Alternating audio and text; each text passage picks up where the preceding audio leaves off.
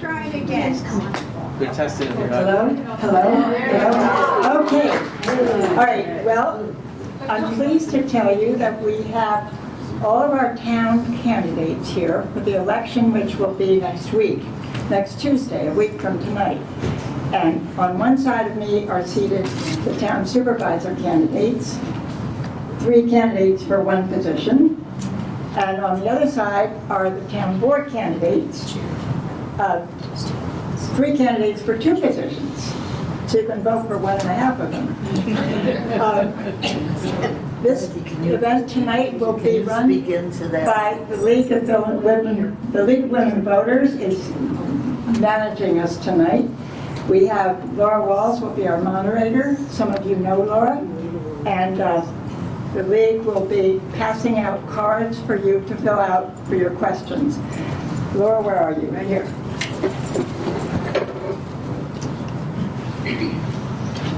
Thank you, Dorothy. Is this one done too? Dorothy, does this one now work? That one, the maintenance guy is coming to work on it. Yeah. Okay, so we have 7 speakers and 1 microphone, but we're going to make this work really well. My name is Laura Walls. I've moderated events here before, so I've seen some of your faces before and you've seen mine.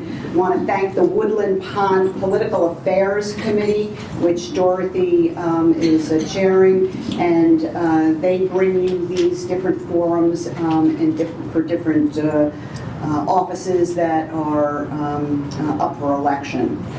I also want to thank the League of Women Voters, of which I am one. While I've moderated for you before, this is the first time I'm doing it on behalf of the League, and that's very exciting. I want to mention that in terms of the League's servicing of this forum, there are standards that they maintain, and those are that please no applause after answers to questions, and there are index cards over on the side. If you want an index card, one will be brought to you. So instead of making questions from the floor, write your questions out, and we have Jackie Moriarty and Renee Sachs who will collect them and bring them to me to read to the candidates. Also from the League of Women Voters, we have Daisy Tyler, who will be the timekeeper. Candidates, you want to pay particular attention to her cards, because when the time is up, the time is up. And let's see, what else do I need to tell you? There are materials about the League of Women Voters, and we are always looking for people to join. And just to review very quickly, the League of Women Voters is a nonpartisan citizen activist organization. Their purpose is to encourage the active and informed participation of citizens in government, to increase understanding of major public policy issues, and to advocate for public policies that promote the League of Women Voters' goals, and those goals are reached through member participation and agreement. So we'd love to have more people joining the organization here in the Mid-Hudson. And also the League has asked me to remind candidates that 411.org, there's an opportunity for you to go on to their site and enter information about yourself and about your candidacy, and they would really appreciate if they could have a nice showing of that, 411.org. And last but not least, thank you to the candidates. I want you to relax, and I want you to enjoy this, and I want you to use this opportunity to answer questions in public as a good opportunity to prepare yourself for the office that some of you are going to win. And nothing about the forum and this format that we're using is about gotcha.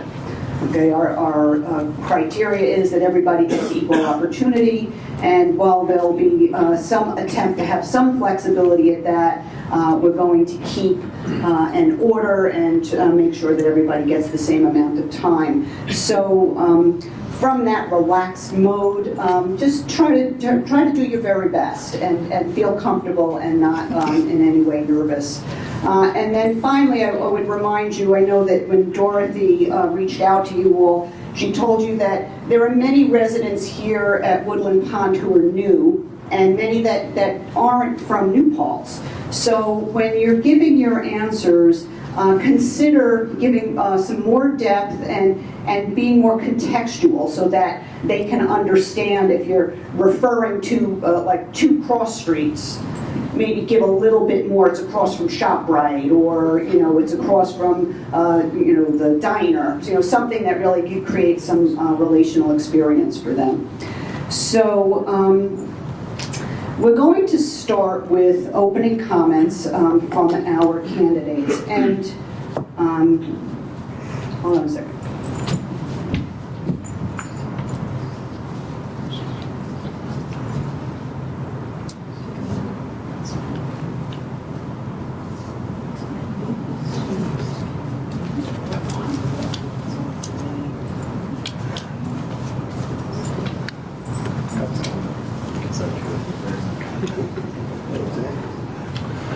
Okay, so you have numbers. Who has number 1? Sometimes you don't want it.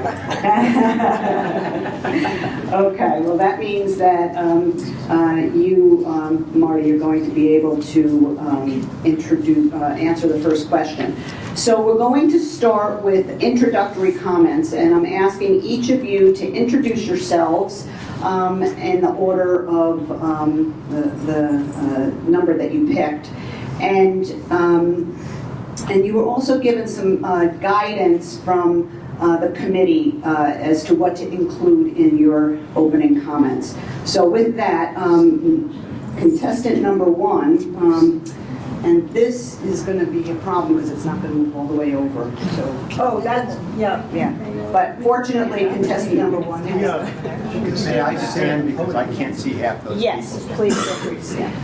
Frankly, I'd rather sit, but then I can't see any of you folks Okay, over here. and you do have to hold it very close to your mouth. Sure. If you can't hear me, raise your hand or say something and try to do something. Okay, about it. and now we're going to start with the 3 minutes. Good evening. Thank you, Dorothy, and the Woodland Pond. If please close Oh, your mouth. closer? Yes, good.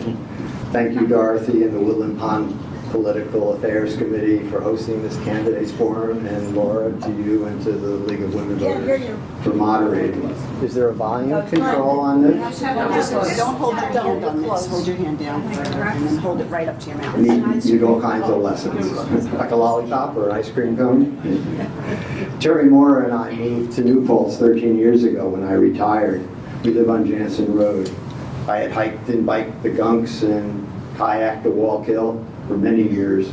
We were drawn by the fantastic, beautiful vistas, quality of life, outdoor recreational opportunities, the historic roots of the community's charm and diversity. She's asking me to You do have to something. say your name. Say your name. What you running for? I'm Marty Irwin, and I'm running for a seat on the town board.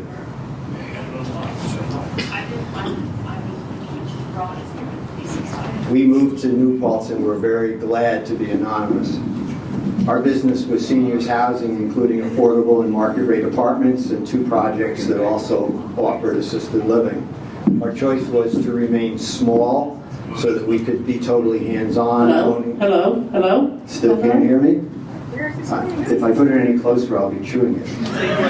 I think they're working on the microphone. Maybe if I hold it. When you move to look both ways. I gotta take it with me? Okay. I think I'm gonna run over my 3 minutes, Laura. Just do the best you can. Our business was seniors housing, including affordable and market rate apartments, and 2 projects that included assisted living. Our choice was to remain small so that we could be totally hands-on. We designed, developed, owned, and operated the real estate, and we also managed the assisted living. In 2009, I was appointed to the town's Clean Water and Open Space Protection Commission, where I've learned from Doug McBride, who's one of your residents. The name's too long, so we call it CWASP. Being anonymous was beginning to fade. A major focus of CWASP has been creation of a nature preserve in the heart of our community, the Millbrook Preserve. In 2010, the town purchased 63.8 acres of land that runs between Duzine School and here. It comes up against your conserved land where your pond and your, I could say goodbye now. Well, no, could you just give him another minute, because he got caught in the technical difficulties, so maybe just hold up the 1 minute sign for him. The village bought another piece of property of an equal size. Together, they're the Millbrook Preserve. We've been forming a group called the Friends of the Millbrook Preserve, and that effort is being led by Julie Lillis, who's also part of our team that is seeking to be voted onto the town board. I serve on a number of other volunteer committees. Walkill Valley Land Trust. I'm a member of the board of Mohawk Consultations. I'm part of the board of directors of the Walkill River Watershed Alliance. They're all conservation oriented. That's a lot of my focus. All right, so what are my goals? To continue collaborating with the village, drafting a new comprehensive plan, establishing a microgrid, building a municipal center, creating the rest of the Millbrook Preserve, expanding parking at Moriel Pool, developing a sustainability plan for the community. And if I'm out of time, I'm out of time, and I say thank you very much. Thank you, Marty. And, let's hold applause, please, until the end so that we can make sure that we make the best use of the limited time that we have. Thank you for so graciously managing the technical difficulties. Okay, for number 2, we have Jeff Logan, right? Hold on just a second, Jeff. Try the other mic this time. Excuse me? The other mic Yes. might be working. Okay. I just want to point out for anyone who has the question and just dispel any concern that the Political Affairs Committee here at Woodland Pond did its due diligence, checking in with the Board of Elections with regard to Jeff as a write-in candidate, and he is such because of a legal issue at the Board of Election with the line that he was running on. And the committee checked with the Board of Elections. They said he's considered a valid, announced write-in candidate, made his intention to run for public office in the local newspaper, and that is the basis upon which the Political Affairs Committee decided to make sure that he was part of the panel, and the League of Women Voters supports that decision. So I just wanted to take the opportunity to make that clear at this point. So Jeff Logan will introduce himself, and we're gonna. You can stand up. Yeah, you can stand, but stand there. I'll pull this back. Well, Laura, thank you, and I appreciate you recognizing this, and yes, for those of you that know me or don't know me, I'm Jeff Logan. I'm a lifelong resident of New Paltz. Many of you already know me. Some of you, I have been your nurse, which is another one of my careers, out at First Care Medical Center. Some of you then are lucky enough to call me your patients. Actually, I didn't see if you made it. I'm also lucky enough, one of your residents here gets to call me their nephew. Mary Lou Logan is my aunt, and so I've seen many of you here. And some of you here, and even one of you here is even lucky enough to call me someone that used to feed me in their home when I was a small child growing up with their children. So I've been here, again, a lifelong resident here in New Paltz. I'm right currently now serving in my 3rd term or 9th year as a town councilman. As Laura said, someone here is a winner. I'm already a winner. I still have 2 more years left on my term. So regardless of the outcome here, I will be here for 2 more years serving all of you. The Woodland Ponds property out here, when I first joined the board, was just starting. It was still in the planning stages, so I was along to work on everything from the access road. For those of you who've been here long enough, know yes, yeah, I know. But we got it accomplished, though, didn't we? So we were able to accomplish the access road. The trees, the trail that goes through here, which is, and of course you know the name of the trail is the... Yeah, there you go. It's called the Branch Trail. Okay. That's too bad, because it's a very critical access point from here through it. It's called the Branch Trail, and it's named after Stephen Branch, who is an Eagle Scout in this community. Actually, and I'm also an Eagle Scout from this community, along with Marty Irwin, who's not from this community, but also an Eagle Scout. And Stephen is also now attending up in RIT University. So how is Woodland Ponds critical to this community? We're sitting here and seeing it. You've made yourselves very vital parts of this community. You have volunteered on our boards. You are helping to develop the lands behind you here into a park for this whole community. My goals are to continue to serve you as I have. I've been keeping your budgets near level. We actually have a reduction every year in your tax rates, which are critical to you. I'm the only one that's running that's a registered Democrat. I'm a Democrat for 33 years. Because if you had 33 and 18, that'll give you my age. That was the first time I could register. So, altogether, I'm here to keep serving you as I have for many years, and to continue to serve you with the experience and knowledge that has been gained over the many, many years of running. So I appreciate your support. I appreciate you inviting us. Thank you, and I look forward to your questions tonight. Thank you, Jed. Number 3 is Bob Gabrielli. I think it's best to, it'd be too much back and forth. We have such little time. Thanks. Hi, I'm Bob Gabrielli. I'm running for town supervisor. I'm not enrolled in any party because of the job I had, which I retired from. And I'm running on the Independence Party line. I'm running on the Reform line, which is the third largest party in the state of New York. It used to be known as the Stop Common Core Party. Close to your mouth. For any of you who might have been teachers, and I'm also on the Republican line. You know, Albert Einstein said one time, all of knowledge is derived from experience. That's a very interesting observation. I happen to know that with age comes wisdom. And I grew up in New Paltz. I went to school here. I went to SUNY New Paltz. I was a police officer here. I had a town, I still have a business, a local business. I was on the town board. And I was one of the founding members of the town of New Paltz CWASP, the Clean Water and Open Space Committee. And then for the last 18 years, I was the Deputy Inspector General for frauds assigned to the Workers' Compensation Board. But as Governor Pataki came in, he found out that businesses were leaving New York State in droves. He did a little exit interview, and he found out that people were leaving, companies were leaving because of the high cost of taxes. And in the taxes, it was workers' compensation.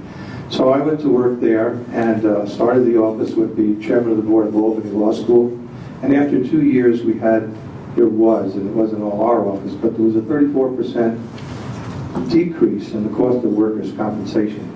So that was a nice feather, but it taught me a lot of stuff. I learned a lot. I ran teams of attorneys, forensic auditors, and accountants, and detectives. And we were responsible for all crimes affecting the Workers' Compensation Board.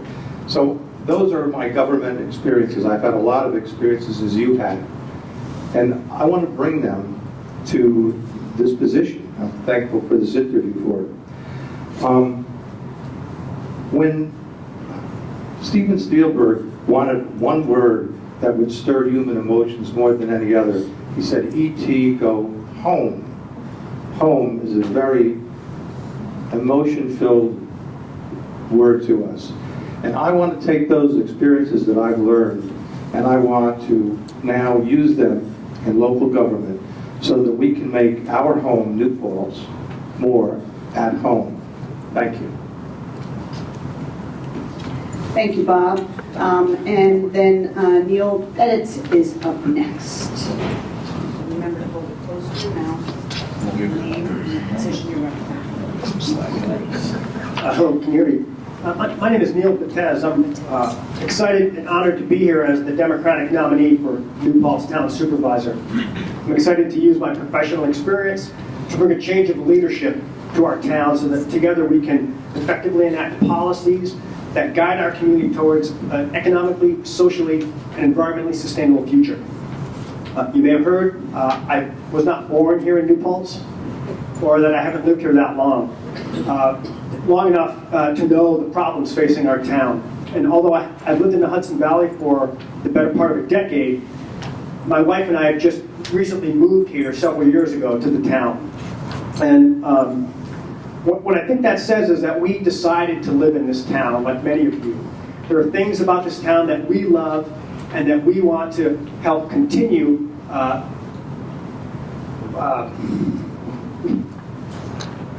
We really liked New Paltz. We looked at a lot of different towns. We decided to live in New Paltz over other towns because there were so many special things about New Paltz. And so since moving to New Paltz, I've served on several different commissions. I've worked on the Shade Tree Commission, which is planting trees along the streets in the town. I've also worked on the Wallkill River Watershed Alliance, which is trying to clean up the Wallkill. I decided to run for supervisor because I think we need level-headed approach to government. I want our government to function efficiently and effectively, and to use transparent, evidence-based approach to solve problems facing our town. For the past 20 years, I've been working as an environmental scientist. And although I do plenty of laboratory analysis, I spend most of my time working on large, collaborative, grant-funded ecological projects. And what this means is that I spend a lot of time working on budgets. The federal government gives us money, and they expect us to be very careful with their money, or else we can't get more money. So, in addition to that, I spend a lot of time collaborating and working with other scientists, which means I spend a lot of time talking on the phone and deciding on what the problems are. What this means is that a lot of the skills that I've been using as a scientist are very similar to the skills that I'll be using as a supervisor. Figuring out the problems and figuring out solutions, and working with people in the town and on the board to solve those problems. Up to this point in my career, I've been a scientist informing policymakers. I now want to use that experience to solve the problems that are facing our town. I think the best way to do that is to update our comprehensive master plan. It's been 20 years since that master plan has been updated. I think a lot has changed in 20 years. I think we need to come together as a community and decide what we want our town to look like in the future. And so we can keep the things we want and not lose the things that mean so much to us in this town. Thank you for coming. Thank you. Bring us back. Let's begin with Thank you. We've now heard from all three supervisor candidates. We've heard from one of our council candidates, and next is Julie Seifert-Lillis. And we're going to move to our... No, I think we're going to stand. You can stand, but please. Okay. Good evening. Thank you so much for having us. Hold it a little closer. Okay. I'm Julie Seifert-Lillis, and I'm running for town board. My reason for running for town board is simple. New Paltz has been my home for 20 years. I love this town, and I want to serve its residents. Its local businesses have owners right behind the counter that greet you like family. I know you all have experienced that. Just a few minutes away, you can spend a day in the woods feeling like you're the only human in the world, then go to in the evening, go to a restaurant and look at the people with tan faces and cold hands maybe in the wintertime and find that, in fact, there were other people out there with you, but you just didn't see them. It's an amazing place. Aren't we lucky? I think we're lucky and we're smart. We have a town with conscientious residents. They care about things like preserving land. Right here is a perfect example in your backyard, the Millbrook Preserve. Using money from an open space bond, the voters protected 63 acres from development, and now the village has added another 60-some acres. Besides being a haven for animals like coyotes, foxes, beaver, porcupines, fishers, and the like, there will be walking trails, bridges, benches, and a modest number of interpretive signs. The money to pay for these improvements will hopefully come from a grant that I worked very hard on putting together in close collaboration with Marty Irwin and village representatives and other dedicated residents. As a mother and teacher and an aspiring naturalist, a major goal of mine is to reach out to children from nearby Duzine School. A grant from Mohunk Preserve is going to go to supplies that teachers can sign out. A junior naturalist program is another one of my dreams. Also, my husband, as he has experience in trail crew, he will be heading up a volunteer trail crew, which will build bridges, bog bridges, and maintain trails, and get community members to work together so we can all share in the pride of our in-town preserve and the one right near your backyard. So in this town, we have terrific natural resources and we have terrific human resources. I'm a firm believer in tapping into the town's their human resource reserve. I will involve residents in decisions. I believe that is a very important step in the process of governance. I believe we must create an atmosphere of trust by not just being open to input, but by being welcoming. Further, I believe the town deserves transparent, rational, well-researched decision-making. Both Neil and I have research backgrounds, and we love data, I know, and we will be happy to delve into such things, and that would be something we could bring to the table. Through my work on community-led initiatives such as Millbrook Preserve and CVS, people have come to know me as someone who maintains a respectful and productive relationships. I spent 10 years of working at Sesame Street, where I held a managerial position in research. I've been a rock climbing guide for 19 years, where I might have a nervous kid or a CEO out on the ropes. And so all those things will help me in a position being good with people, and that's important. Thank you very much. Thank you. And our third candidate for council is Ray Lunati. Saving the best for last. I'd like to thank Dorothy for organizing this event. My name is Ray Lunati, and I'm running for New Paltz Town Council. I'd like to get an NFL 3 minutes if possible. Many of you recognize me. Often I'm recognized in places I've never been, by people I've never met. I'm a familiar, friendly face you know from somewhere. Some say I look like John Wayne. Well, I woulda. Or Clint Eastwood. Make my day. In New Paltz, however, I'm recognized as a person who is honest, for saying what I do and doing what I say. As willing to give a helping hand, and as Max's dad, my 15-year-old. You, however, may recognize me as running for town council in the past. This is my third run. I don't give up easy. In 1996, I moved to Gardner and decided to give back to the community. So I joined the Shawangunk Valley Fire Company and proudly served for 5 years. Moving to New Paltz in 2001, I joined the New Paltz Fire Company and again served 5 years there. I am a homeowner and a stakeholder. I was on the New York Rising Communities, which brought money to the community for resilient projects. I'm also on the voting board member of the New Paltz Baseball and Softball Association, which other duties include disciplinary committee and fields director. I have coached for 8 years and have proudly seen boys grow to young men. Our team motto was always, winners don't quit and quitters don't win. I started working at age 12 and have been working ever since. Like many of you, I watched my hard-earned money and so became interested in where my tax dollars were being spent and the laws of which we live by. In 2006, I began attending town board meetings. In 2011, I decided to contribute and ran for town council, but was unsuccessful. Wow, it's got to be like a 2-minute warning. In 2013, again, I did not make your vote. Through the years, I have gained knowledge and experience of how our town government operates. By attending board meetings, I have listened to past boards' discussions, laws that were passed, presentations, and budgets. I decided to run because of this experience. Knowledge and experience are achieved over time. If inexperienced people are elected, it could set our town government back and cause excessive spending and increased budgets, which increases taxes. Based on the political signs in town, I wonder if some who are running know where the town lines are or care. Based on the real estate signs, I sense many are running, but away. If elected, I will continue the successful work of today's town board to make sure that reliable, clean, healthy water is delivered to our community. Cheers. Thank you. Well done. Introductory statements by all the candidates.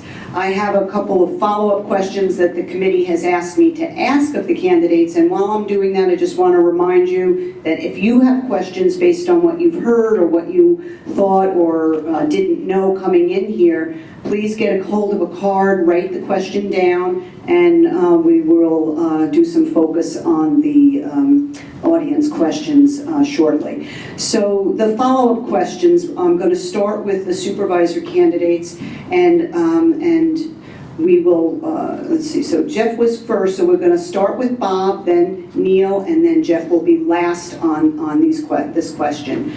But the question has to do, I'm going to combine these. What are the responsibilities for the town supervisor? Do you consider it to be a full-time job? And what one issue do you take as the top priority for the town supervisor? So starting with you, Bob. Thank you, Laura. You know, I know Laura Waltz, and I owe her something. You know, she said something to me. She said that there's a big difference between a public servant and a politician. And if I owed her a quarter for every time I said those things, I'm now indebted to her for over $14,000. The supervisor is one of 5 votes, and the only thing statutorily is that you have certain obligations as providing the budget. But I think what really the mark of a supervisor is to set the tone for what goes on in discussions. You're also the chairman of the board. Civility is very, very important. And a lot of times we don't have civility. And when that takes place, people don't want to come forward. They're afraid. They're uncomfortable speaking in public, and they're uncomfortable with personal attacks thereafter. So I think the biggest job right now for the town supervisor is to promote civility, to be kind, to be meaningful, to reach out to people, listen to what they have to say, and to be proactive about getting people's opinions. Thank you.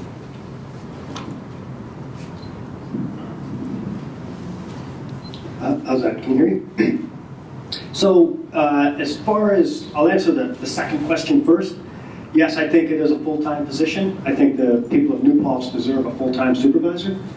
And so that kind of answers my first question. You know, part of the responsibility of the supervisor is to be there full-time, to be at their desk when town residents come in and they have a question and they want to talk to someone. You're there.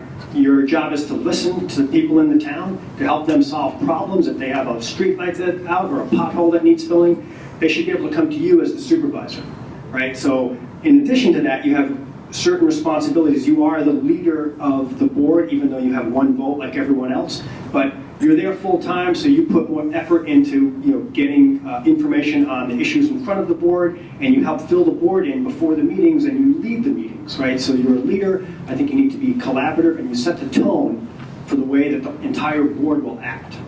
And that should be level-headed and open and communicative and not combative. So, and the last question was the top issue. I think the top issue is setting a new tone for the town.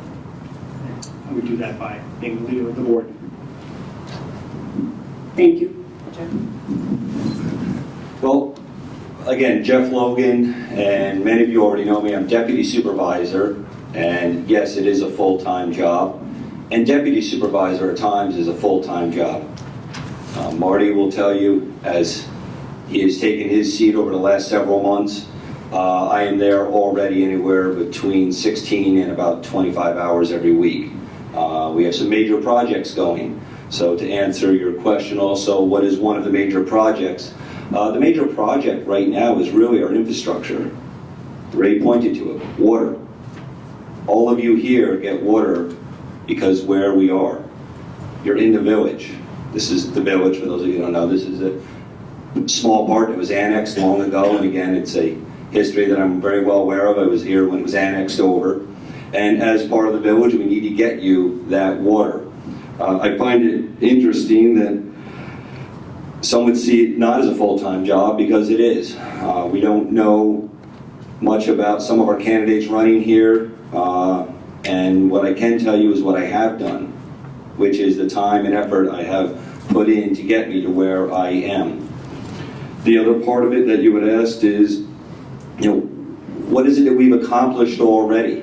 I find it very disheartening that people feel that there hasn't been accomplishments, or this board has not been doing its diligence. Your budgets have been reduced tremendously year over year. We have upgraded infrastructure of our town. We have worked collaboratively with the village.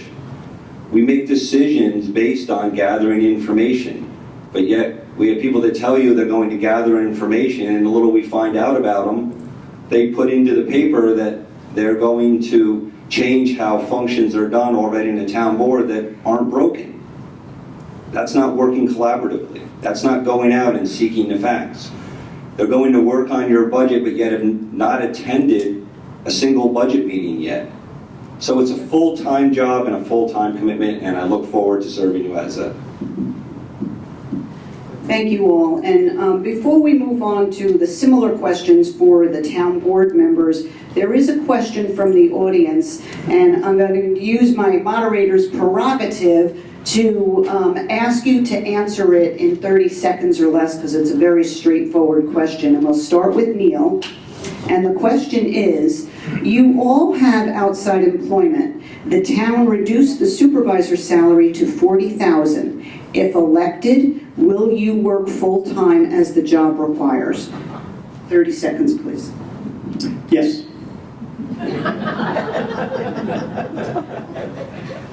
I'll check my list. Okay, Jeff, you're two. In reducing the salary, in essence, really has not been reduced. The level it's at now is too high. The next closest supervisors in this Ulster County with budgets of the same run from about $29,000 to about $35,000. The next one is a community called Town of Ulster. It's at $44,000, and that's with no deputy supervisor and no comptroller. Absolutely, my original proposal for the budget was actually for the job to be at $33,000. So absolutely we'll work for it at any remuneration. Thank you. Bob, 30 seconds. Thank you. Yes, I will work full-time. I am retired.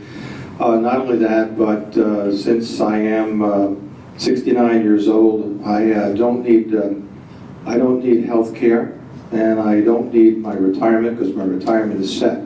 So that's a saving of at least, I said previously, $15,000. It's more like $20,000. And I'll ask the board to take that money and put it into a special fund that we can use for emergencies concerning essential services, firemen, rescue squad, etc., and also for needy citizens. Thank you. I appreciate you accommodating the 30-second rule. Okay, and we move on to the follow-up candidate for the town board members, and we'll start with Julie. So combining these questions, what are the responsibilities of a town board member? How much time will you devote to your duties? And in your opinion, what takes top priority? One of the main, should I stand or sit? Are we sitting? Okay. One of the main duties certainly is to approve a budget and to assign priorities for what needs to happen in the town. And many things have to do, is it the, you wanted me to say the main priority? Is that Your top priority. Okay, my top priority is it's creating a joint master plan so that we can improve planning, and that will affect budgets, that will affect taxes and infrastructure. So when we want to have a town where we can improve our tax base, we need to bring in, the right businesses and make sure that we have smart growth, and that comes from good planning. So the joint master plan, because the joint being the town and village together, planning together is going to be very important. So that's what I see as my main priority. Is there something else was in there? How much time? Okay. How much time, as much time as needed and as much time as I can. I certainly, it's not a full-time job. It doesn't pay a full-time wage, so I will be doing other things too. But I guess one thing I wanted to say, I wanted to also connect taxes to what I was saying. So if we are, the joint master plan, that the reason it's connected, planning is connected to taxes is because if we do things like make sure that we don't hurt our community character, will continue to be a place where people will want to come to live, and they will contribute their tax dollars, and businesses will want to come. And so that's one of the things, community character is something I'm concerned about and would like to make sure is included in discussions with the joint master plan. Thank you. And then next we have Ray Lenati. Do you want me to answer the question again, or are you good? Go ahead. Yes? I got duties and top priority. What was the third thing?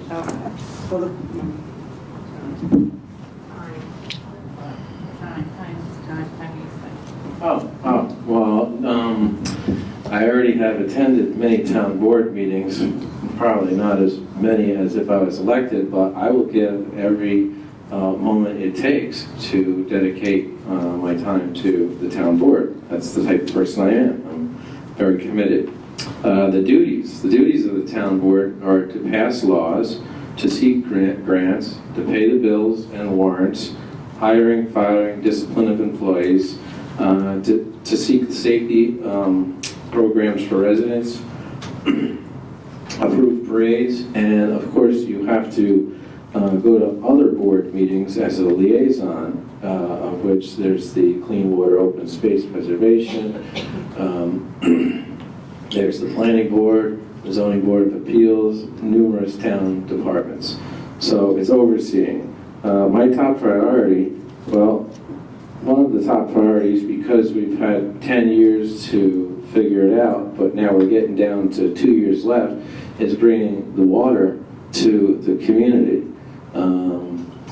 The DEP, which we get our water from New York City through the aqueduct, needs to repair the aqueduct. It's a very, it's an old tunnel that has a lot of leaks, and what they're going to do is shut the water off.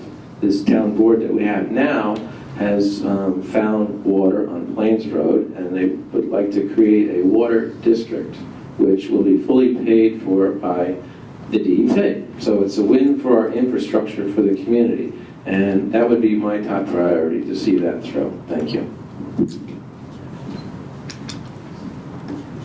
Thank you very much. Okay, so we have we have a couple of questions from the audience. Oh, I'm sorry. Yep. I'm so wound up here trying to keep my order on two different sets of tables. I apologize. So should I repeat the question for you? I think you got it. Okay.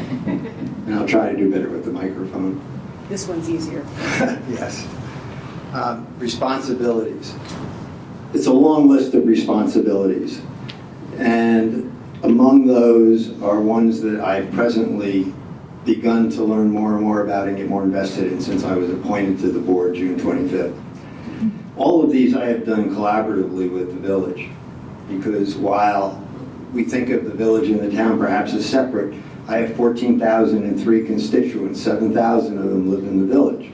So I have to be thinking more globally than were I only on the village board. We have so far been working on drafting a new comprehensive plan. It's an effort that started a long time ago. As mentioned, it's 20 years out of date. These plans take a couple of years to develop. They're good for 5 or 6 years. And we have formed a committee that we would like the two town and village boards to appoint to this effort. That will happen very shortly. We've already funded this in our 2016 budget. Also establishing a microgrid, which is an emergency backup system in case of power failure, another high priority. Expanding parking at Moriella Pool. If you have grandchildren or children that you visited when they're swimming and in their team competitions, you'll know that there's not enough parking there. We need a sustainability plan. My highest priority, however, because I've chosen to make it that, is creation of a new municipal center. And we are about to engage an architect. We hope that we will pass that resolution the day after tomorrow, and then we will be beginning in earnest. So those are my priorities. The amount of time, I have to keep track for the first 3 months of how much time I spend as part of the insurance requirements. It's full-time. I am no longer retired. I'm happy, though, to do that. Thank you very much. Okay, we have a question from the audience, and it is for the town board members. Recently, several planning board members expressed disdain for reciting the Pledge of Allegiance before their meeting.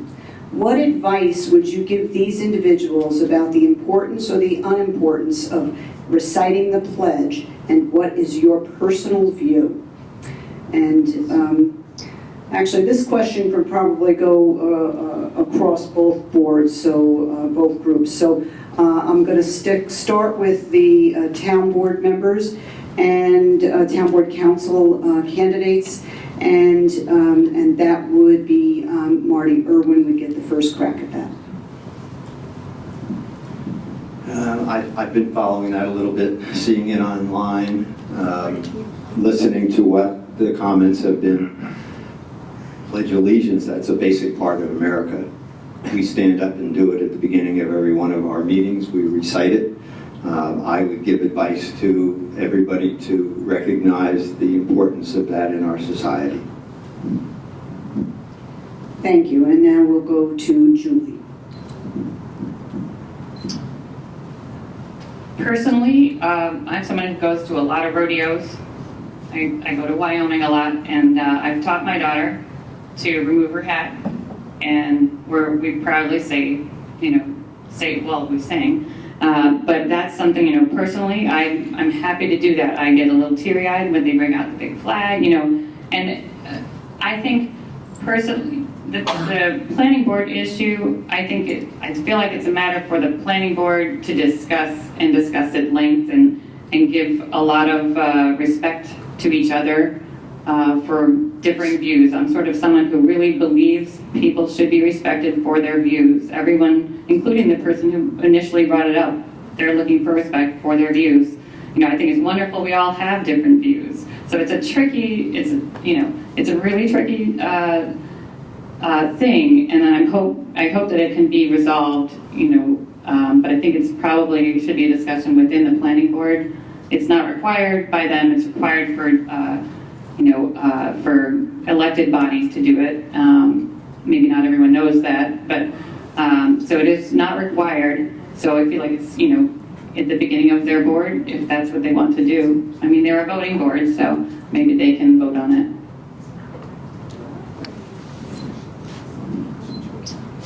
I was actually at the planning board when several people stood up and started reciting the Pledge of Allegiance, and it's a knee jerk for me. I just jumped in, and I think that some of the comments of the pledge at the planning board meeting by planning board members, I think, was that it was third grade, which I totally disagree. For the republic we stand is the state of power by the people given to their elected officials, and for justice and for liberty and justice for all, liberty being self-determination and justice being fairness. I think the Pledge of Allegiance speaks strong words that we should all live by.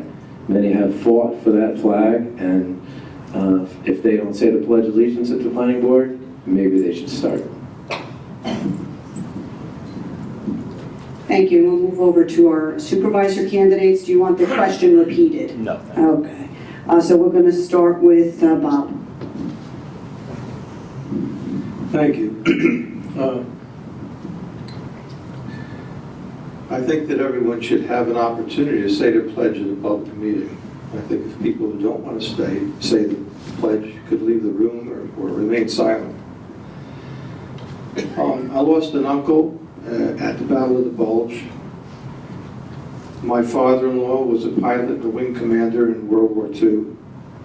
My father's congressional medal hangs on a wall in my house. My brother attended and went to West Point. Their motto was honor God and country. I think those are very, very important values for all of us as Americans. I toured Chuck Canterbury, who was the president of the National Federation of Police, and I also toured Floyd Patterson, who was an area resident, on the World Trade Center after the attacks. And I think it's very, very important that patriotism and honor God and country are very important virtues, and I think it's good to promote them, and I think that's an important part of our life in America. Thank you. So I guess I should point out that I'm also an Eagle Scout, since we're bringing that out. I was also in Rothschild College. I think the pledge is important, but I also think it's a deeply personal issue, and I think when you say the pledge, it has to come from your heart. I don't like the fact that people are using the pledge and forcing other people into it. It's been said that the pledge is being used to transition from their private lives into their public lives as board members. I think that's great. I think that's an important thing to do. But when you're up there as a board member, you're representing the town. I think the pledge, if they want to say it, they should. I know we will say it as town board members. I also think that I would like it if they reminded themselves before the planning board meeting what their role as planning board members is. And I don't know if the pledge does that. I think it's useful. If people want to do it, I strongly support it. But I think if people don't want to do it, I strongly support it. I think in America we all have a choice, right? That's what it means to be an American. So if people want to say it, I strongly support it, but I don't think we should use it to bully people and to force them to do things that they don't want to do. I fully support saying the Pledge of Allegiance. I have never felt once that we have ever bullied or cajoled or forced anyone in saying the pledge prior to the meetings. Grew up saying it in school. Like Neil, also an Eagle Scout, we grew up saying it at the beginning of each one of our Scout meetings. The Pledge of Allegiance is to Ray's point also is we are pledging to a flag which represents that we are all more powerful as one. I also, in this community, on the World War I memorial in our community, I have a grandfather on the World War II. I have a grandfather. My father also served in the Merchant Marines and served in the Army and was always raised, and I now understand why we respect the flag. I wear one on my lapel out of respect for the flag. All of the boards, commissions, and committees that are under the town board, they all act under the town board. The town board, if people believe this is something the community would like to see, all boards, committees, and commissions do, I would welcome your comments because this could be something that can be addressed in our reorganizational meeting that we hold each year. And if our community feels this is something all of our boards, committees, and commissions should do, that could become a requirement. So, thank you. Thank you all, and thank you for the question from the audience. If there are any others, raise your hand, and there's a hand behind you, Renee, and Jackie right behind here. And we're coming down to just a few more minutes, a half an hour here. So, and we have a question from the audience that is addressed to the supervisor candidates. But I will take the privilege to ask it of all of them and combine it at the same time with a question that was from the Political Affairs Committee. And so those questions have to do with consolidation and the town and village working together. What kinds of services do our town and village governments share? How do you propose working with the village to improve delivery of shared service? And how would town-village consolidation affect New Paltz? So it's a two-sided question because sharing services is one component, consolidation is a very different, more intensive component. And we'll start with the supervisors, and that's Neil's gets the first time.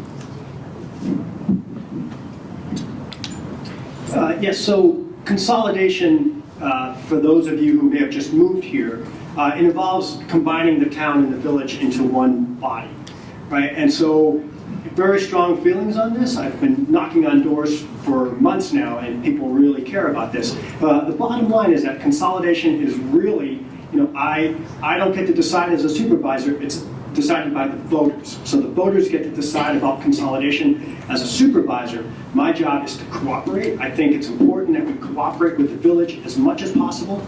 There are a lot of things that we can work together. The joint municipal center is a perfect example. If we cooperate, we can save money, and that's what everyone wants. And we also have a lot in common. When people come here, they don't look at the town versus the village. It's all the same to them. So we should cooperate, and we should have the same aspirations and hopes and dreams. And what's the other question? I think I got it all. But And what yeah, so we share police and fire right now. The fire department is run by the village, and the police is run by the town. So that shows that we can cooperate, and I think there are a lot more ways that we can cooperate and save money and just make things easier for the voters. Thank you. Jeff?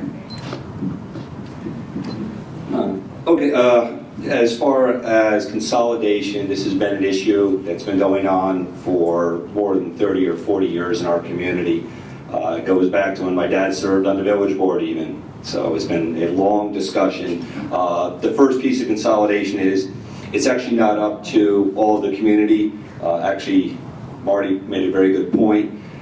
First, the village would really have to decide that it no longer wants to exist as a village, and then they would become part of a town. So in New York State, there's no way for the town to take a vote, or the town and village all to take a vote and just say, I want to become one. The village first has to dissolve, and then the town would take over. Right now, that's the only thing available to the governments. So we'll have to see how that comes out. As far as sharing services, we actually share a lot of services. The services that we share, one is the police, that is under the town budget, so the police is done by the town. The assessor's office, that is no longer a village function, that is done solely as a town function. The courts, there is no village court, that is done solely as a function of the town. So when it comes to the emergency services, actually the fire department is partially responsible to the village. It's on their budget. We actually sign a contract each year with them as a fire protection area. And the New Paltz Rescue Squad is actually independent too. They sign a contract with the village and with the town. So not as much as share, there are more that we sign contracts with those individual ones. And the last piece is absolutely getting a joint municipal center. I hope everyone turns out tomorrow night. The village board will be meeting, and we hope they'll be voting to go forward with us to make a joint municipal center. And then Thursday night, we'll be having a special town board meeting, and there we will hopefully be making the decision to go forward with the village. If not, then we may be making a decision to go forward without them. Thank you. Okay, we'll head over to the council candidates. I'll just repeat the question. What kinds of service, oh, did I do it again? You left off. Yeah, sorry about that. Thank you. The time for consolidation of the town and village is coming. And that's okay. It's come. About 4 years ago, we had a town-village study commission. And they looked into this, and they said, if we consolidated both governments, we would save $1.4 million. $1.4 million. And then some people said, no, it isn't that much. It's really $950,000. And that became a whole talking point, and then it just dissolved. And it's not there. Besides that $1 million or $1.4 million we could have saved, the state of New York would give us a grant of $1 million a year.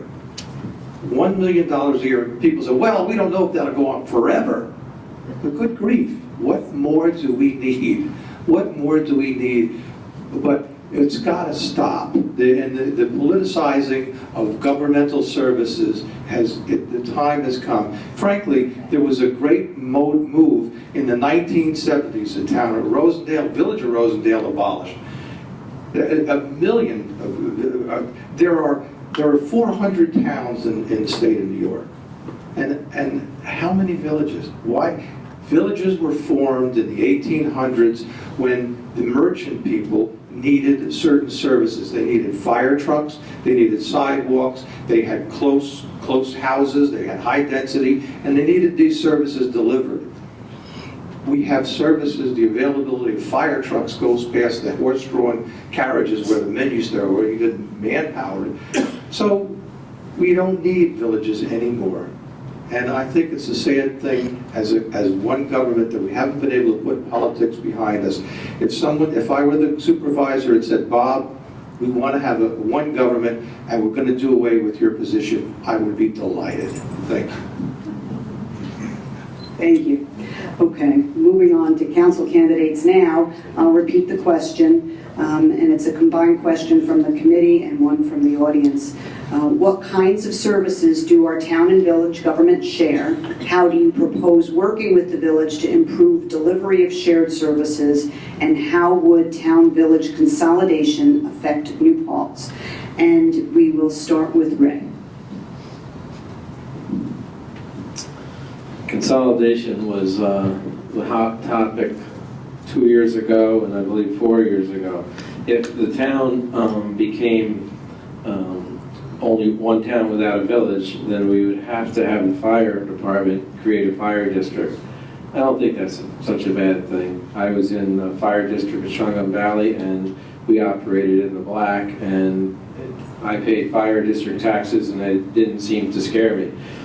What would scare me is if I lived in a village and I had to pay village taxes and also town taxes, and then some of the services sometimes overlap. When Supervisor Hokanson and Mayor Terry Dungan were both serving at the same time, there seemed to be some animosity, and that's when they decided, well, we're not going to pay the our share of the fire department because you're not giving us money for the pool. And so if we just dissolved, if we dissolved the village and moved toward town only, shared services would be services provided by the town. The Moriello Pool, the Rescue Squad, libraries its own entity, but money is collected by the town. The fire department, police department, sewer, water, assessor, courts, and of course one municipal building we wouldn't have to call joint, it would just be our building, both town and village. Thank you. Okay, and so next we have Marty. In some ways, there's not a lot of difference from an economic point of view to have consolidated town and village or shared services. In other ways, there's a huge difference. My focus in leading the effort to create a new municipal center is to find as many opportunities as possible to share services within that building in the most efficient way possible. One option is we share a building and the village is up here and the town is down here. Another option is we look at functions within our two governments, such as assessor, which is already shared, our buildings department. Now we have two buildings departments, and that's true for many other functions. My vision is they're all building departments in one space, and eventually there will be growth that will require some changes. It may be that the governor continues to push for consolidation, in which case then we have set the stage to make that transition much easier. Residents will have only one place to go to pay their fines, learn information. Now often they go to the village hall and they're told they have to go to town hall or vice versa. Not very efficient, not very good for all of us. The buildings and grounds departments, they're kind of autonomous in that they're not within the same buildings as the rest of the municipal offices, but they can certainly be shared. Moriello Pool is shared. The town takes the lead. Millbrook Preserve is shared. The village takes the lead. The last study, there were a lot of personalities involved and things may have gotten lost because of that.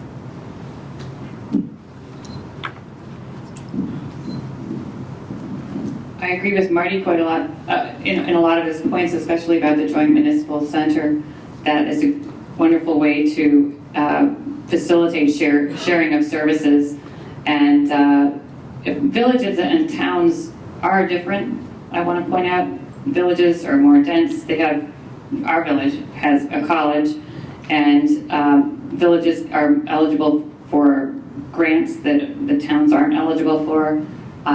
Villages are allowed to have volunteer fire departments. If we didn't have that, we would have to, have a paid fire department, which would come out of the budgets. I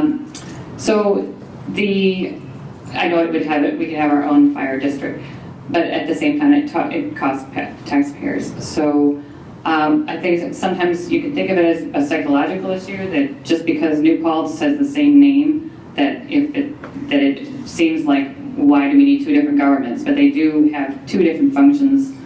Thanks. And I certainly personally need to know more about the issues just to make a statement.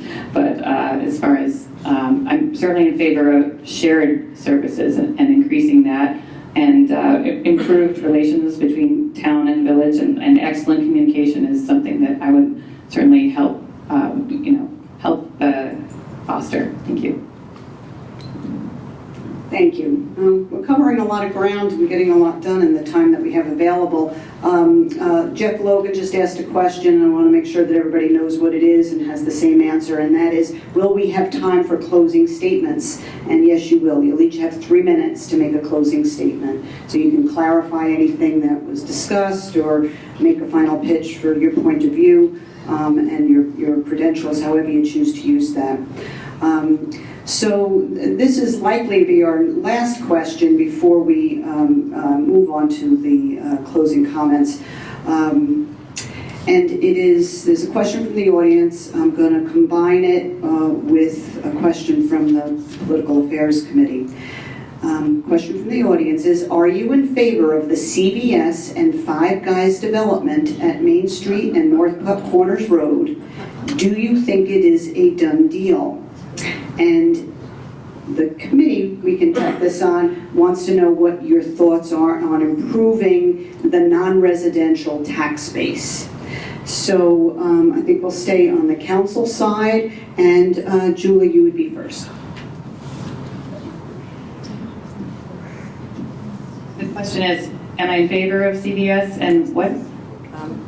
Are you in favor of CVS and the Five Guys at the corner of Main and Puck Corners? And do you think it's a good deal? And what do you think should be done? A done deal, was it? A done deal. Is it a done deal? Okay. Yeah. How much time do we have? 2 minutes. 2 minutes. I've been working very hard on the campaign against CVS at that location.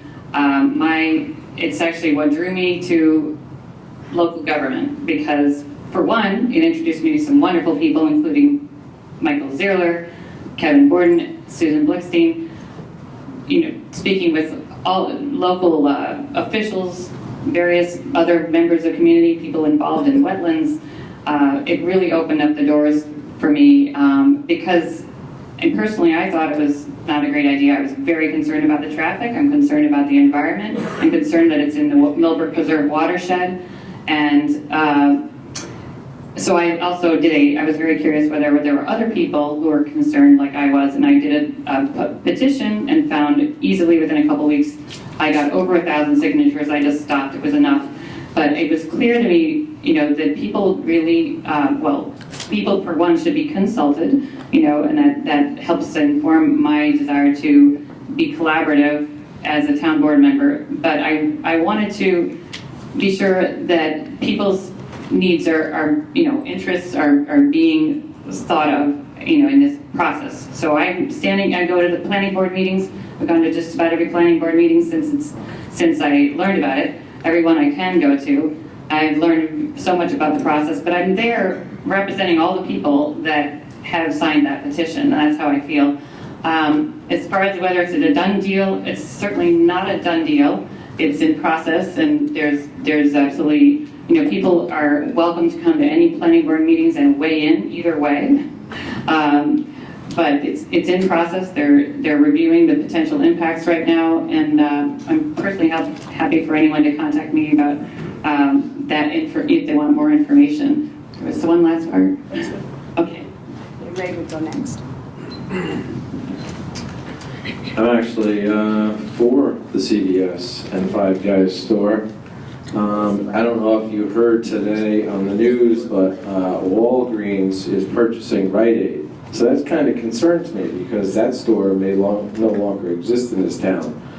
I'm getting older, and I need to go to the pharmacy and get potassium for my so I don't have cramps and stuff like that. So it's good to have a pharmacy in town. An additional pharmacy I don't think is going to hurt anything. Five Guys, my God, I love the burgers. One thing that came up was the Gateway, and this town, we should form an architectural review board and require any new big buildings to go down to Huguenot Street, pick one of the features that's on one of the original buildings and put it into their structure. You go to Hyde Park and you see lots of buildings with stone, and they're beautifully architecturally designed. The other thing is traffic. When I'm on the Mid-Hudson Bridge, that's traffic. When I'm on the Thruway, that's traffic. When I'm coming into the village, that's dollar signs. That's people coming into this town to spend money. It doesn't take long, really, to get through it. If you mark a vehicle that's in front of you and decide to go down Henry W. Du Bois and come out the other side, more often than not, it's going to be in front of you still. And, when you drive through the village, it's a very vibrant town. This town is very vibrant. It's always going on. If you're up late at night, it's going on. If you don't want traffic, well, I get up with the chickens. I go through town and there's nobody out. You pick your poison. But what was the other? The non-resident tax, was it? Tax base. Tax base. I don't know how to answer that resident tax base, but Okay, you're good. commercial, right? Okay, good. Thank you.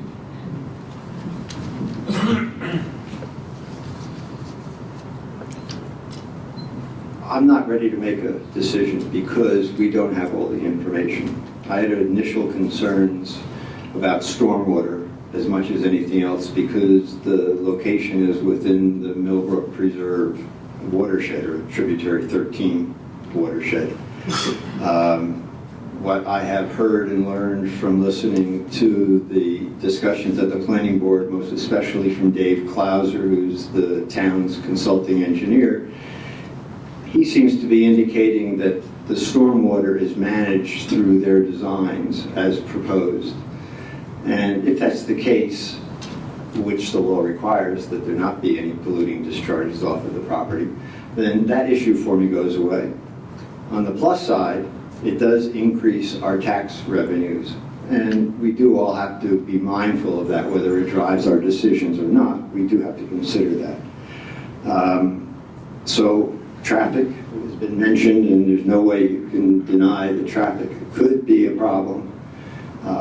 The studies that have been done, as I've listened to the presentations and the comments, again, by Dave Clauser, listened to what the government is saying about changing the slip lane that's there now and removing that. While initially I was bothered by that, it seems like that's a cause of a number of accidents, so removing it might actually be an improvement. When the planning board is finished in doing their analysis and making its recommendation, that would be the time when I'm able to say whether I'm in favor of it. If I had to choose right now, I really would be difficult for me to do that because I don't have enough information. Thank you. I'm going to repeat the question for the supervisor candidates and ask you, you each have 2 minutes, but we are running out of time, so maybe you can demonstrate your executive capacities and answer it in less. So the question is, are you in favor of the CVS and Five Guys development at Main and North Putt Corners? Do you think it's a done deal? And what do you propose to improve non-residential tax base? And we start with Jeff. Thank you. The longer answer to this can be found in the New Paltz Times from all the candidates up here. We were asked that question. Similar to Marty, this cannot be answered as far as saying I am for or against it.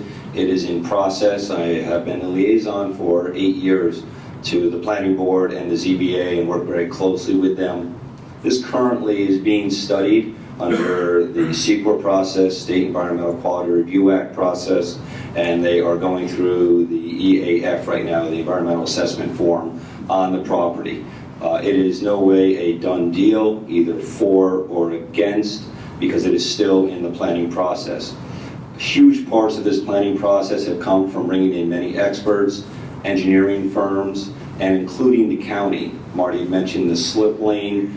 He and I have had discussions about that. That slip lane actually is a county recommendation to get rid of that, to make it safer. We're also going to see greater development of access up to and across the thruway by having sidewalks generated up across that part of the road and then getting this up hopefully across the thruway, and we'll be able to take the rail trail from New Paltz all the way over to Highland, Lloyd, and then eventually to the walkway over the Hudson. As far as bringing in more tax base or non-residential, because residential costs you more than commercial, I will continue to work with the development which is being proposed for Wildberry Lodge, which is a piece of property formerly known as the Plesser property. There's also water on that property, which will be bringing water to you residents. That's one of the other sources. And it's also continuing to work with the planning board on the upgrades in our community. And as a business owner in this community also, and many other business owners in this community, traffic is actually seen as a very good thing. That's what keeps our community vibrant. That's what brings the guests to our community and allows them to enjoy it. Thank you. Thank you. I'll talk about the non-residential tax base first. We recently had a proposal here for an IDA bond, which is called a pilot, which is a payment in lieu of taxes, where people wanted to build, a private developer wanted to build 732 rooms called Wilmerite, and it was called Park Point next to the college. It was going to be for college kids, and they were going to pay no taxes. Then they said they offered a pittance. Non-residential tax generators, good, IDA, bad, and the entire town came together, leaders and all that, said this would be horrible for our existing landlords, people who have an extra room or some apartment in their house, and it had vast bad effects. And we knocked it down. I think that was a very good thing. So non-residential tax generators good, IDAs bad, unless they're manageable, if it makes sense. As to the CVS, and I'll try to go as fast as I can, but when the Beatles first came out, they asked Dean Martin about him, and he said, you know, I can sing better than all of them, and I'm younger than all of them too. Well put together. So I've been in New Paltz a long time. I've already told you how old I am, and I've seen a lot of changes. Some of it good, a lot of it bad. Do I have a personal opinion about CVS?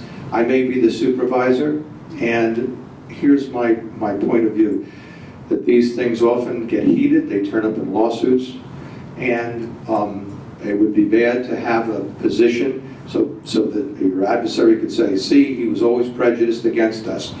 Now I'll tell you what I think. I think that we should have had architectural review. I'd like to give the planning board all the tools and resources that they need. Architectural review would be just one of them. When I was on the town board in 1994, we put together the first master plan. I was on the board when we passed it. I think we need to look at that again. We need to look at the joint master plan and give more resources to the planning board. Thank you. Yeah, so as far as the CVS Five Guys goes, let me talk a little bit about what I do believe, right? So I'm an environmental scientist. I'm not against all of development, right? So I think it's important that we balance development with conservation, right? And I think the way we do that is we update our master plan. So as far as CVS Five Guys, I agree with Julie. It's the gateway of our community. I'm not sure I want to be represented by our CVS 5 guys, right? It's just too much in the wrong spot.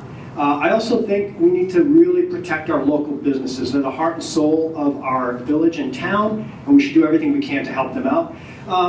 The last thing is, how would I increase our tax base? I think by increasing, by updating our comprehensive master plan, we tell businesses what we do want and not what we don't want. So it makes us more attractive for them to come here, and it makes it easier for them to come here. So if they know that people aren't going to, protest and rise up for every single thing, they're more likely to come, and I think that's a good thing. I think we should get more businesses here, but we should do it in the right place, and we should put it where people want it to be.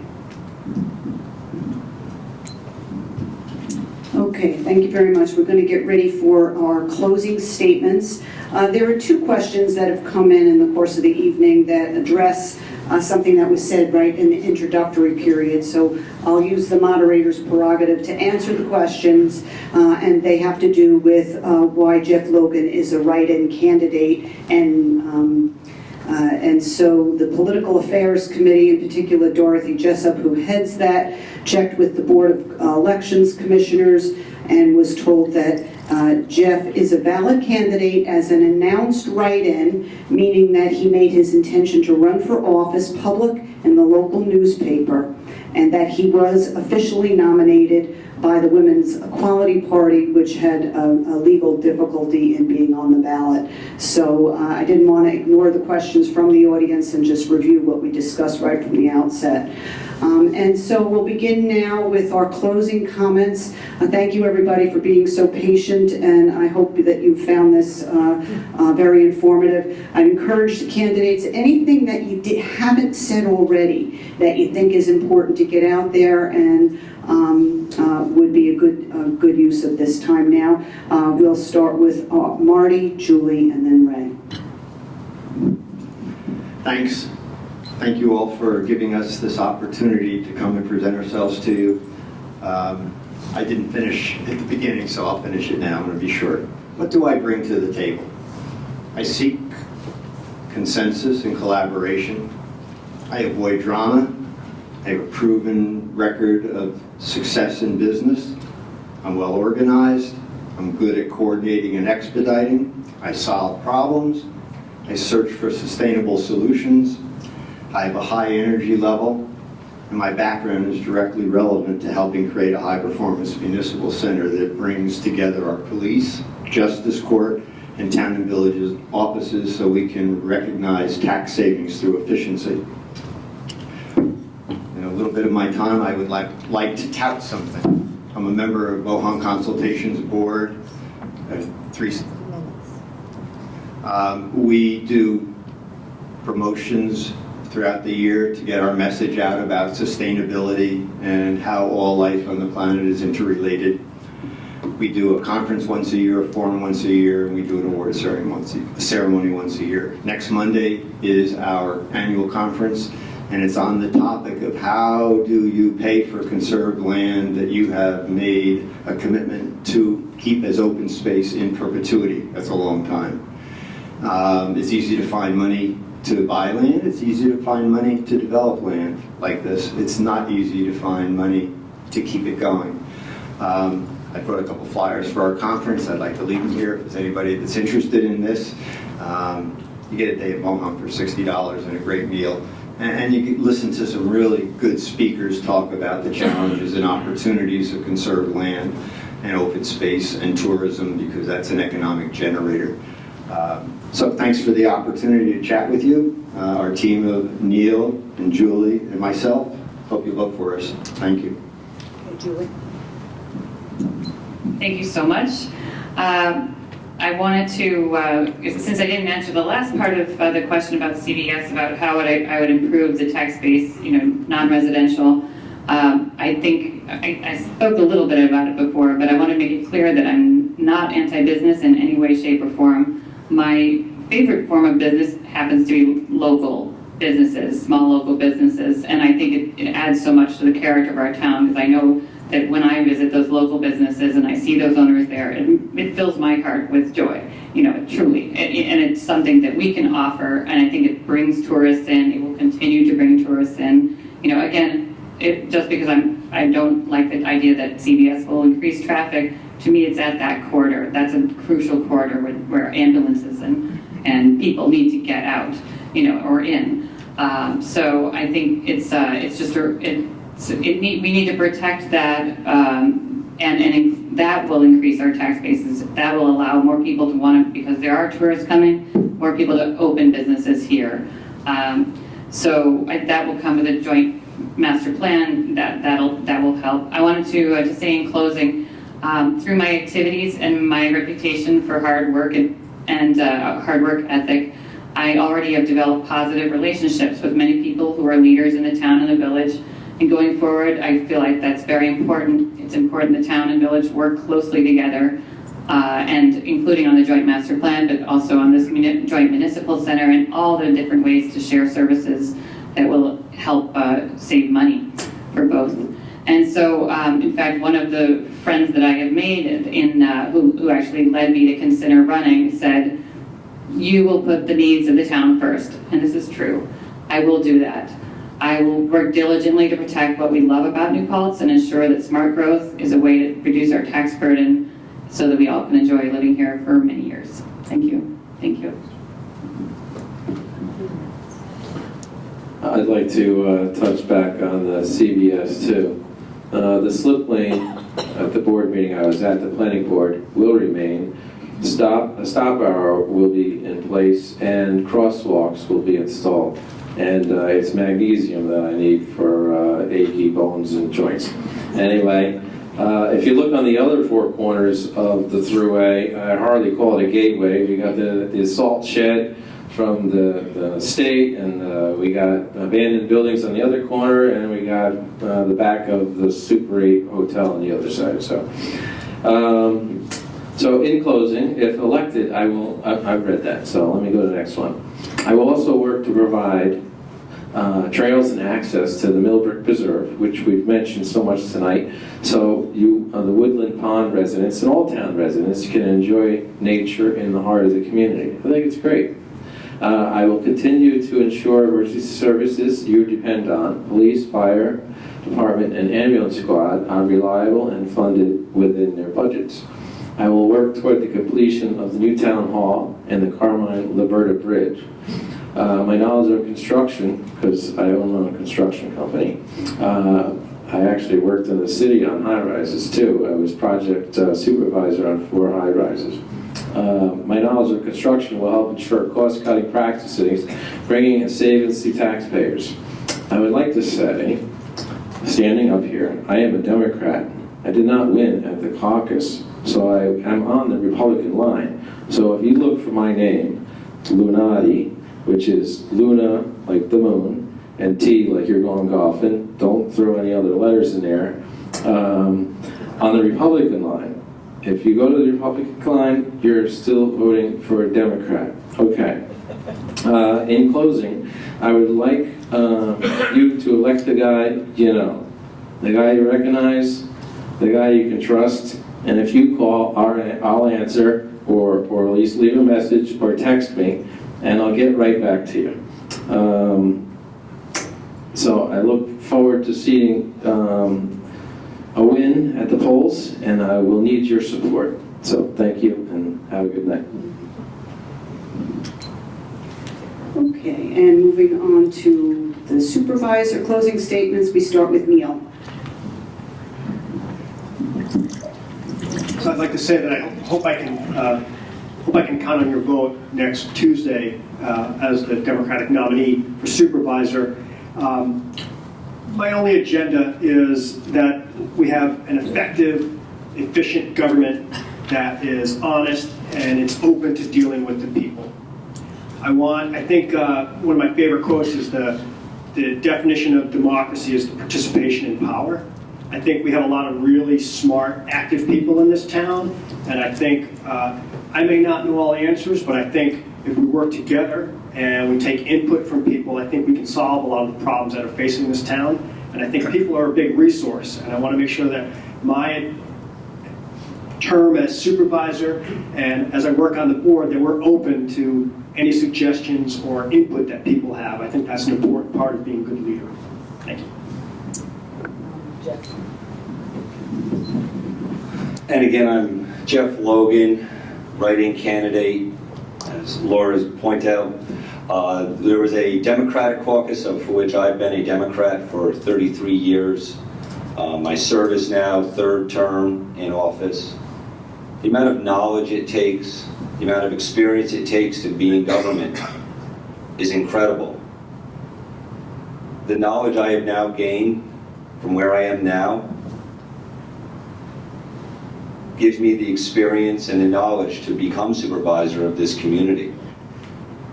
Having thought of doing that when I first ran would have not been possible. You do not have the skills, you don't have the knowledge, you don't have the abilities to be able to understand the workings of government, to understand that when you get a call at 10 o'clock at night on a Sunday because there's someone that doesn't have heat in their home, who do you call? Well, they called you. You need to know the workings of government to make this work. It is not a job to come into to be trained in. And we are in an environment right now where do you make the choice that I'm going to pay someone to get that training, or do you use the proven leadership of people that are doing the job already? We are running a very efficient, effective government. Budgets have improved tremendously. They've been reduced over the previous administration. We are running a leaner government. Our police force is well within its budget and running very efficiently. Our town highway department is running more efficiently than ever with reduced heads, and yet we're increasing services. Imagine losing your director of this facility, and they decide that what they're going to do is bring in a recent college graduate who has no experience. And you have no heat in the morning and you call downstairs. And what do they say? We'll get back to you. You can't do that in government, and we can't do that in your lives. It takes knowledge and experience to run this government. And without that, you are certainly not going to be able to have the efficiency and effective government you now have. Again, Jeff Logan, I will be a write-in candidate. So you can write me in at the bottom line where there's a blank space, and you write in the words Jeff Logan. Thank you.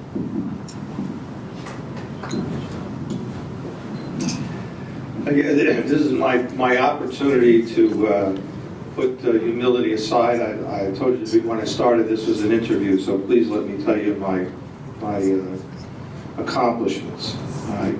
In 2008, I was appointed to the FBI Northeast Healthcare Frauds Task Force.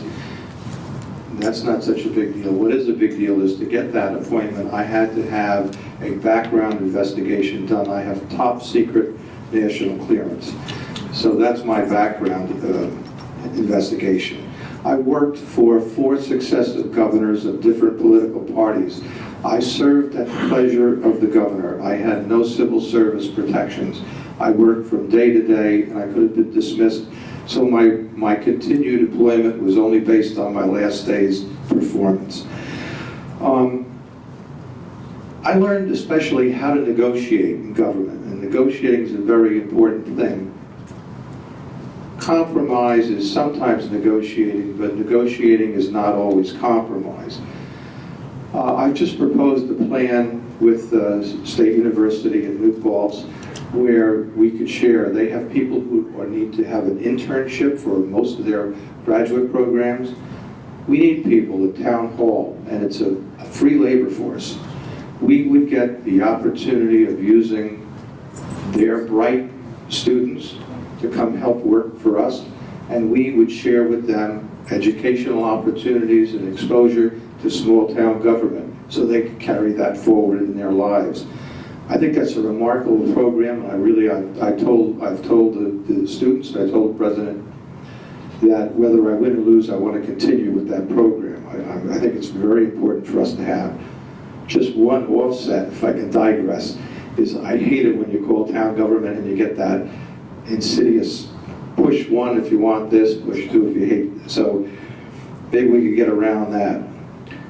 But I've told you my accomplishments and my experience. I've had a lot of government experience, but I'll tell you my biggest accomplishment and the one I'm proudest of is I live here in New Paltz. I've lived here all my life. That's an accomplishment.